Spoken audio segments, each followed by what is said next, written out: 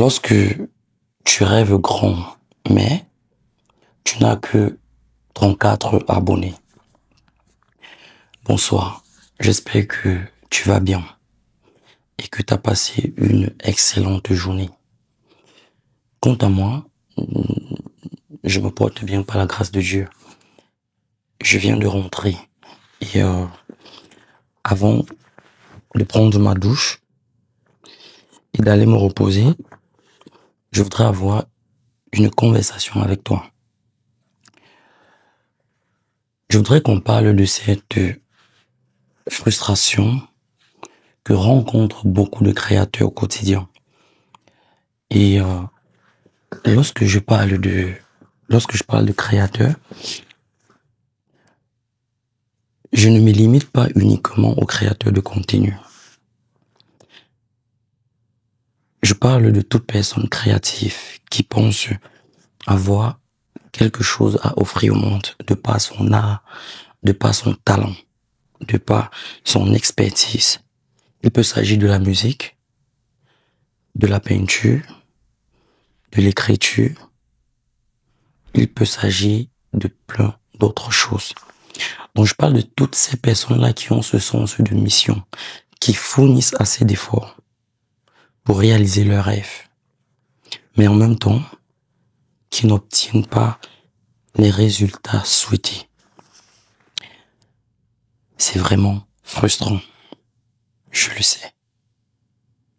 Je le sais parce que c'est exactement ce que je vis actuellement. Et j'ai décidé d'en parler ce soir, non pas pour me plaindre, mais pour essayer d'encourager celui ou celle qui se trouverait dans cette situation. Il y a de cela 12 mois, 1 an, j'ai décidé de me lancer sur les réseaux sociaux, notamment sur YouTube. Et comme tu peux le constater, je n'ai que 34 abonnés, malgré tout ce que j'ai fourni comme effort.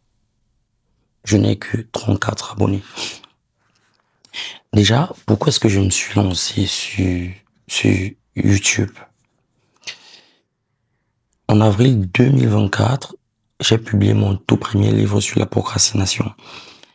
Et je m'étais dit, Brel, l'un des meilleurs moyens pour faire connaître ton livre et pour l'utiliser ou pour te servir de ce que tu sais de la procrastination, pour aider les gens, pour transformer la vie des gens, des autres, de ceux qui en auront besoin, c'est de te lancer sur les réseaux sociaux, c'est de commencer à produire du contenu, de commencer à faire des vidéos dans lesquelles tu parleras de la procrastination, des traumatismes de l'enfance, des blessures émotionnelles, des blocages psychologiques, des blocages internes, etc.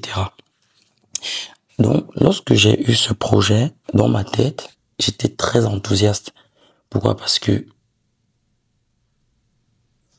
dans mon esprit, le projet allait connaître un succès. J'allais me lancer sur YouTube, j'allais tourner 2-3 vidéos et j'allais commencer à accumuler des abonnés, accumuler des vues, etc. Malheureusement, les choses ne se sont pas passées ainsi. Et 12 mois plus tard, je me retrouve avec 34 abonnés. Et honnêtement, je me demande souvent, Brel, est-ce que ça vaut vraiment la peine de continuer? Est-ce que ça vaut vraiment la peine de continuer? Et peut-être c'est la même question que tu serais en train de te poser maintenant. Est-ce que ça vaut vraiment la peine de continuer à te battre pour ce rêve? Est-ce que ça vaut vraiment la peine de continuer à te battre pour ce projet? Tu as l'impression, ou ce n'est même pas une impression, les faits sont là. Tu n'as pas de résultats. Moi, je n'ai pas de résultats. Est-ce que ça vaut vraiment la peine?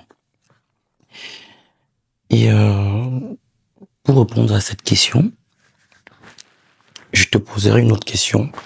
Et la question que je vais te poser, c'est la même question que je me pose à chaque fois que je commence à douter. La question est la suivante. Pourquoi t'es-tu premièrement lancé dans ce projet? Qu'est-ce qui t'a poussé à te lancer dans ce projet? En ce qui me concerne, je ne me suis pas lancé sur les réseaux sociaux parce que je voulais devenir célèbre, non. Je ne me suis pas lancé parce que je voulais être populaire, non. Je me suis lancé sur les réseaux sociaux parce que je me suis dit, Brel, tu as souffert de la procrastination, tu as souffert de tes traumatismes de l'enfance, tu as souffert des blessures émotionnelles et bien d'autres encore. Et tu as commencé à guérir de ces blessures. Tu as surmonté ta tendance à remettre les choses à plus tard au point dont on écrit un livre. Donc, bref, tu as tous les outils pour aider quelqu'un à s'en sortir. Donc, je suis venu sur YouTube avec la mission d'aider les personnes qui me ressemblent, c'est-à-dire des personnes qui souffrent à cause de la procrastination, à cause des traumatismes de l'enfance, à cause des blessures émotionnelles et j'en passe. Voilà pourquoi je me suis lancé sur les réseaux sociaux. Donc, chaque fois que je doute et que je me rappelle de ce pourquoi je me suis lancé, cela m'encourage à ne pas abandonner. Mais la vérité, c'est que c'est difficile. C'est vraiment difficile.